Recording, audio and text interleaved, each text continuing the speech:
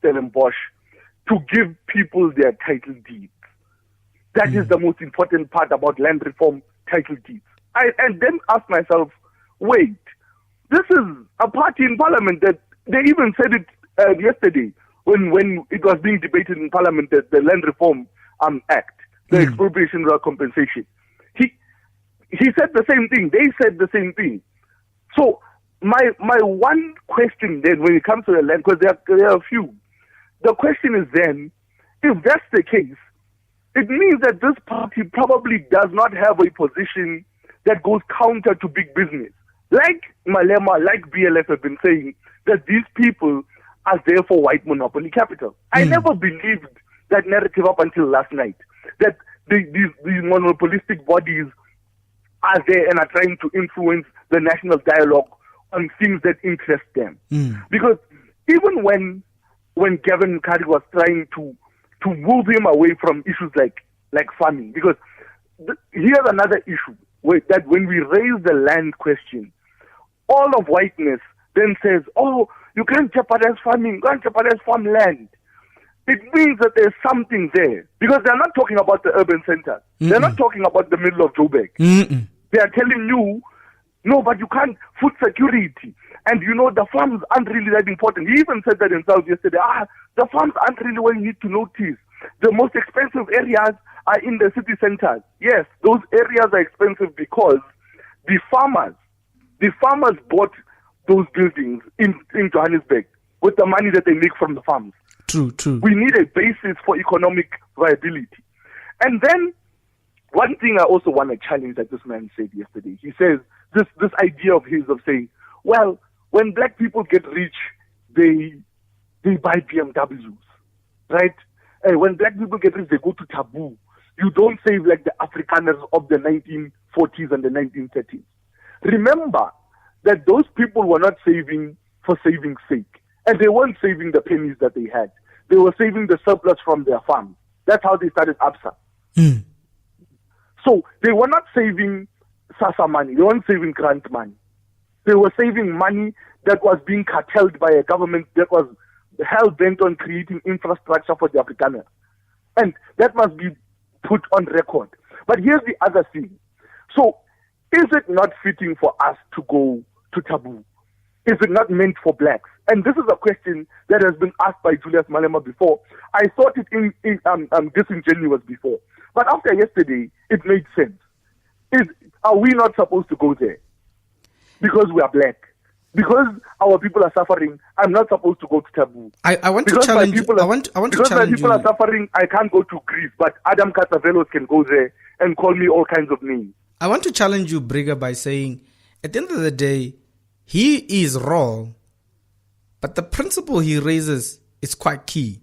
Yes, he didn't necessarily mention black people specifically, but the issue around consumerism amongst us black people is a serious challenge we have, right? So we're not saying people must not buy BMW. We're saying, and I personally, I see this because every Monday you go to Magistrates Court, you see black people, they are garnishing their salaries. Black people, they've got default judgments because they've asked for more money. They've gotten credit. And we, as a society of black people, we haven't even addressed that as ourselves, right? But why have we not addressed that? There's an underlying question to that. Do we right? agree? Do we then like the lifestyles that we're living now? No. So let me answer it in layers somehow. Ne? So let's address the first part. Why are we so consumerist? Right? Where does this nature come from of being consumerist? It comes from the fact that when you are downtrodden, what you want is to shine, no matter what.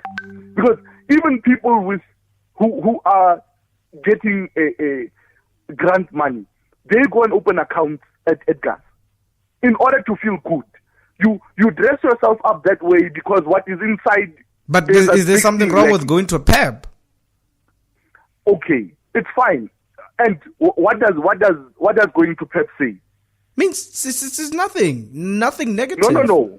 For white people, going to pub is buying clothes, right? Yes. For black people, going to pub is a showing off of poverty. That is how we've been taught. So you're saying we should give in... And listen, yes. in and amongst blackness, there is a nature of laughing at poverty. Because they told us that poverty is something to detest, right? And because we are detestable, they put us in a situation where we are poor. So these social pressures are the ones that are getting us in trouble. We should not feed into them. So the conversation should be, we should not feed into social pressures, because social pressures are the reason why many people are in debt, many people are blacklisted, many people, Baya Mashon is saying, these social pressures, with or without Rupert's statements, these social pressures are a problem. The social pressures are as a result of Rupert's wealth. He benefits from those social pressures. That's why he's rich today, because those social pressures were created for him, for people like him to benefit. True. He can't be removed from those social pressures, even though they exist. But also, Isaac, how do I blame? Right now, what we're doing, we are blaming the wolf for trying to live and being caught in a trap. The wolf just wants to live, but he's caught in a trap. So now what we're doing, we're saying, this is a stupid wolf. But what is happening is this, right? From what financial education? So, Isaac, if you are the first graduate from your village, from your neighborhood, right?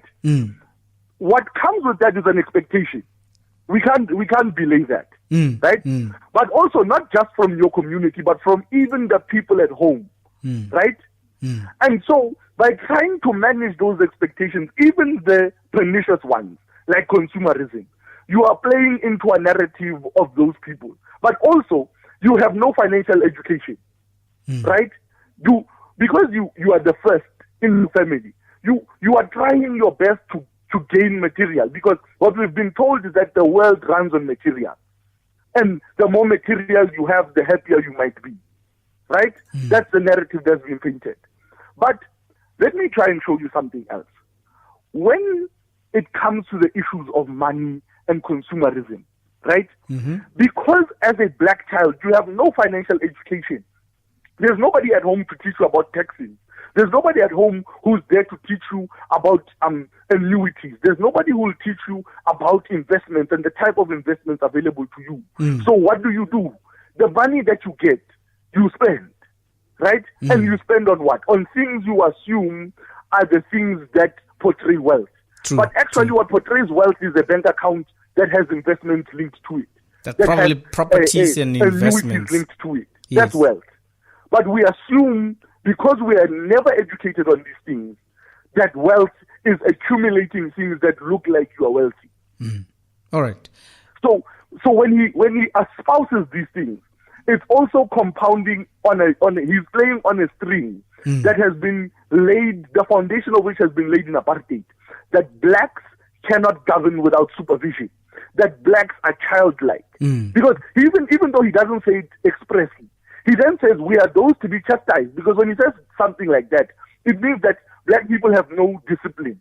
Whenever even when the way he said it, because I quote, he said, when you people get money, you buy BMWs and you go to Taboo.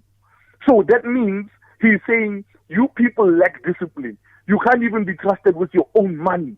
That's the narrative. Blacks cannot self-govern. And so that's why I keep saying this man is an avid racist who doesn't even see that he's racist. And whenever you raise his racism, he invokes people. He says, oh no, I had a conversation with Steve Biko.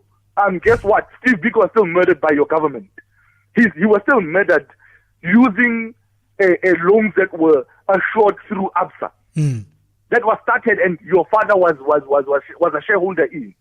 That is how he was murdered. He was murdered in a car that was bought through surety that was guaranteed by ABSA.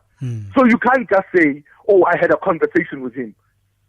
You can't keep invoking our heroes and the people who struggled to put us in emancipated positions, and then just invoke them when you want to, just to show you're not racist. You can't. Yeah.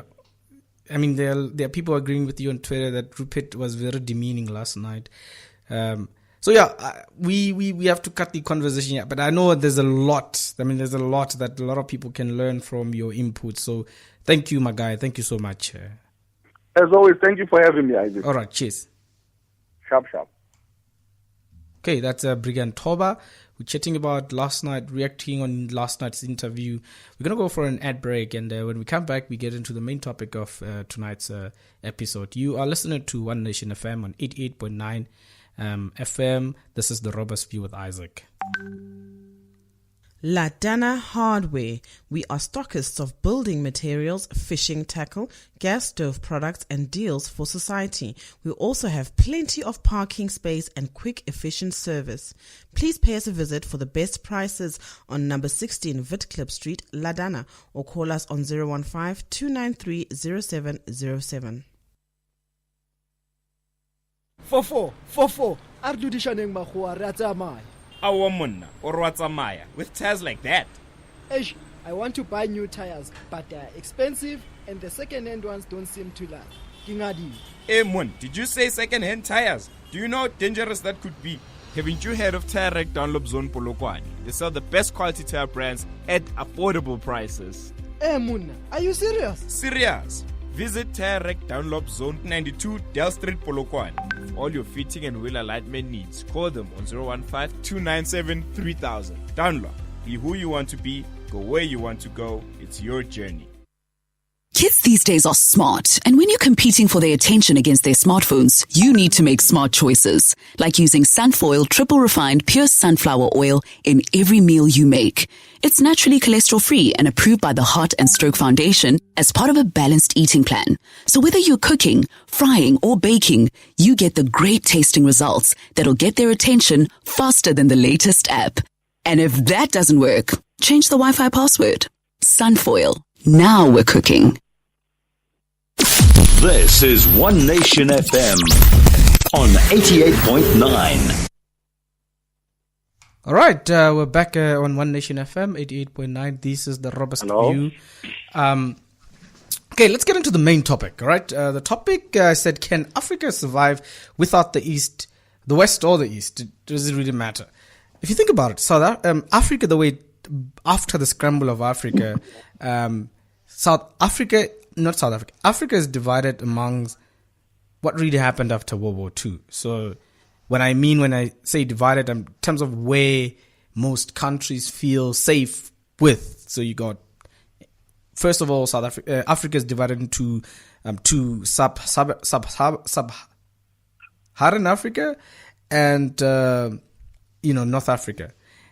And you then have Anglophone Africa, and then you've got Francophone Africa, two most dominating regions. And then amongst that, you've got regional blocks like your SADC, your East African blocks, your West African blocks, and then recently you've got BRICS in the line, right? But a lot of people, especially, left-wing progressives, if I have to say, believe that Africa should be left alone to function on its own without any other interference, right?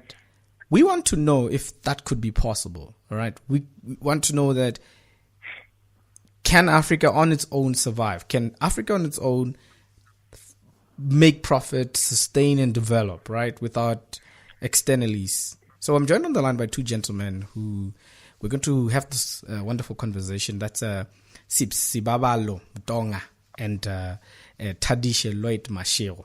So, Chief, guys, good evening and welcome to the show. Good evening, Isaac, and thank you for having me once again. Yeah. I must hear you guys. Okay, let's start with Sips, right? All right. Is Africa intra-trade exist and function very well? Can it do so? Can it function very well in terms of profitability, intra-Africa trade? Currently, when we discuss intra-African trade, we need to look at status quo and ask ourselves what is happening with status quo as far as trading in Africa is concerned. Because at the moment, statistics show that only 15% of intra-African trade is currently happening in the continent. So all other trade happens with other continents. So in Africa, it's only 15%.